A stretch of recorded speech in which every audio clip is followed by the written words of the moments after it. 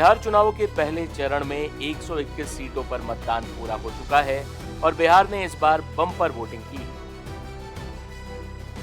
चुनाव आयोग की ओर से जारी प्रेस नोट के मुताबिक बिहार में पहले चरण में कुल 64.66% वोटिंग हुई है। चुनाव आयोग के मुताबिक ये आंकड़ा 6 नवंबर की रात 8:15 बजे तक का है। 1570 प्रिसाइडिंग ऑफिसर्स की ओर से अभी और आंकड़े दिए जाने शेष हैं, जिसका मतलब है कि ये आंकड़ा और बढ़ सकता है। पिछले 25 सालों में पहली बार मतदान का ये आंकड़ा 60% के ऊपर गया है। पिछले आंकड़ों पर गौर करें तो इससे पहले 1990, 1995 और 2000 के चुनाव में वोटिंग प्रतिशत का आंकड़ा 60% से ऊपर गया था। अगर 2020 के मतदान से तुलना करें तो बिहार में इस बार बम्पर वोटिंग हुई। 2020 के विधानसभा चुनावों में कुल 57.29% वोट पड़े थे। बम्पर वोटिंग प्रतिशत पर हर पार्टी और हर नेता ये दावा कर रहा है कि ये उसके पक्ष में है। इस बीच बिहार चुनावों के सबसे चर्चित खिलाड़ी और मशहूर चुनावी रणनीतिकार प्रशांत किशोर ने भी बम्पर वोटिंग को अपने तरीके से डिकोड किया है। सुनिए क्या बोले प्रशांत किशोर। 30 सालों में नहीं, आज़ादी के बाद बिहार में हुए चुनाव में ये सबसे ज़्यादा वोटिंग परसेंटेज है। ये दो बातों को दिखाता है। पहला कि जो बात हम लोग पिछले कई महीनों से, बल्कि मैं 1-2 साल से कह रहा हूँ कि बिहार में 60% से ज़्यादा जनता बदलाव चाहती है और पिछले 25-30 साल से जो राजनीतिक विकल्प के अभाव में एक तरह से धीरे धीरे राजनीति को लेकर, चुनाव को लेकर उदासीनता बन गई थी, विकल्प नहीं था लोगों के पास। अब जनसुराज के आने से उनको एक नया विकल्प मिला है और बढ़ा हुआ जो वोटिंग परसेंटेज है वो दो बातों को दिखाता है। एक कि लोगों को एक नए विकल्प को देखकर उत्साह रहा है और बड़े पैमाने पर वोटिंग हुई है, बदलाव के लिए वोटिंग हुई है।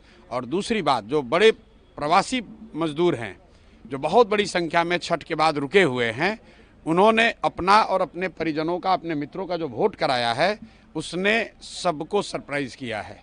और जितने लोग ये बैठे हुए थे कि महिलाओं को 10,000 पैसा मिल गया और उसी से हम लोग जीत जाएंगे, इन चुनाव में महिलाएं तो हैं ही, लेकिन महिलाओं से बढ़कर प्रवासी मजदूर एक्स फैक्टर है। इस चुनाव का एक्स फैक्टर प्रवासी मजदूर हैं।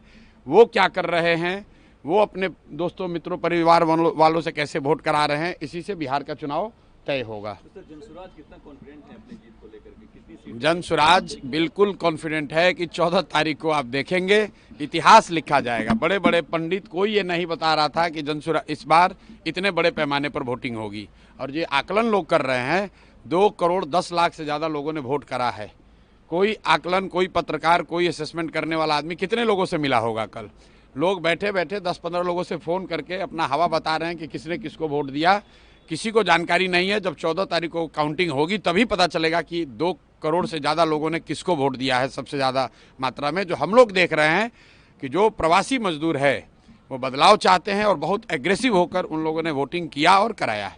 सर, बिहार के डिप्टी सीएम अपने ही प्रशासन पर धिक्कार रहे हैं, कह रहे धिक्कार है इसे प्रशासन पर, क्या कहेंगे? वोटिंग के समय उन्होंने अपने और अपने सरकार का चाल चरित्र, चेहरा, उस पर मुहर लगाई है कि यहाँ पर कोई सुरक्षित नहीं है, कानून का राज नहीं है, जिसकी लाठी उसकी भैंस। और जो बात यहाँ अभी तक पब्लिक झेल रही थी, चुनाव के दौरान नेता और मंत्री वो चीज़ झेल रहे हैं। आरजेडी के भी एक विधायक और पुलिस को धमका रहे हैं, एक दूसरे का बाल नोचेंगे, ऐसा पीएम मोदी कह रहे हैं। भाई, वो बाल नोचेंगे कि सर नोचेंगे, ये उनका काम है। मैं इतना जानता हूँ कि बिहार की जनता ने कल के वोटिंग में दिखाया है कि उनके पास जब विकल्प एक मिल गया तो उन्होंने बढ़ चढ़ के वोटिंग में, लोकतंत्र के इस पर्व में हिस्सा लिया है। अब जो भी निर्णय जनता करती है, चुनाव में सिर्फ ये नहीं तय होता है कि कौन आदमी सत्ता में आएगा, चुनाव में ये भी तय होगा कि कौन विपक्षी भूमिका में होगा, कौन रोड पर आएगा, कौन समाज और रोड पर काम करेगा, ये भूमिका भी जनता तय करती है। तो अब 3 दिन रह गए हैं, ज़्यादा स्पेकुलेशन का समय नहीं है। एक ही बात कल दिखा कि बहुत बड़े पैमाने पर वोटिंग हुई है। ये वोटिंग दिखाता है कि एकदम क्लोज कॉन्टेस्ट है, लड़ाई है, हर सीट पर, हर बूथ पे, हर गांव में लड़ाई है और लोगों के पास विकल्प है। जनसुराज की सबसे बड़ी सफलता यही है कि लोगों के पास एक विकल्प है। लालू के डर से नीतीश भाजपा और भाजपा के डर से लालू को वोट देने की जो मजबूरी थी, वो मजबूरी खत्म हो गई है। लोगों में उससे उत्साह है कि उनको एक नया विकल्प, एक नया रास्ता दिख रहा है, इसीलिए लोगों ने इतने बड़े पैमाने पर वोटिंग करी है। आरजेडी के विधायक रोहित पुलिस को धमकी दे रहे थे कल। 22 सीटों में 100 सीटें बीजेपी जीत रही है। सम्राट चौधरी को ये बताना चाहिए कि वो तारापुर जीत रहे हैं कि हार रहे हैं। अपना चिंता करें कि तारापुर में जीत रहे हैं कि हार रहे हैं। सम्राट चौधरी जैसे नेता कभी नीतीश कुमार को लेकर गए, कभी राजनाथ सिंह जी को लेकर गए, इतना डरे हुए हैं खुद चुनाव जीतने के लिए। अपने जितने एनडीए के बड़े नेता हैं सबका जाकर मीटिंग्स रैली करा रहे हैं। अगर इतने ही कॉन्फिडेंट हैं तो बाकी लोगों को रैली कराने की क्या जरूरत थी, खुद ही जीत जाते, अपने काम के आधार पर जीत जाते। कॉन्फिडेंट दिखे, उन्होंने कहा है कि जो रोजगार के मुद्दे पे हैं युवाओं ने बढ़ चढ़ के वोट दिया आरजेडी और गठबंधन को। देखिए, तेजस्वी यादव कब कॉन्फिडेंट नहीं थे कि कल कॉन्फिडेंट दिखे आपको? ये लोग तो चुनाव के 6 महीना पहले, साल भर पहले ही कॉन्फिडेंट है कि हम ही मुख्यमंत्री बनेंगे। तो ऐसे लोग जिनको अपनी कोई जानकारी है नहीं, ज़मीन पर घर से बाहर निकले, पार्टी के दम पर, जाति के दम पर या भाजपा विरोध के नाम पर भीड़ इकट्ठा हुई, गए 2 मिनट भाषण वोषण किया, घर पर चले आए, उनको क्या जानकारी है कि गांव में निचले स्तर पर क्या बात हो रही है? आप मुझे जितने पत्रकार लोग हैं ये बताइए कि किसी मीडिया चैनल ने, किसी पत्रकार ने, किसी राजनीतिक विशेषज्ञ ने, किसी पार्टी ने अगर ये कहा हो, किसी नेता ने कहा हो कि बिहार में इस बार अप्रत्याशित वोटिंग होने वाली है? किसी ने नहीं कहा है। और ऐसा नहीं है कि महिलाओं का वोटिंग ज़्यादा हुआ है। पहली बार बिहार में युवाओं की वोटिंग सबसे ज़्यादा हुई है। सबसे ज़्यादा एग्रेसिव होकर युवा वोट किया है।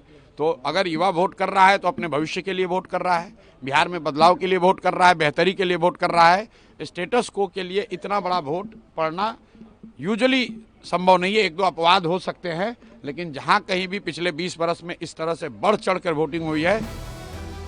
बहरहाल बिहार में हुई बम्पर वोटिंग लोकतंत्र के लिहाज से निश्चित तौर पर अच्छी खबर है।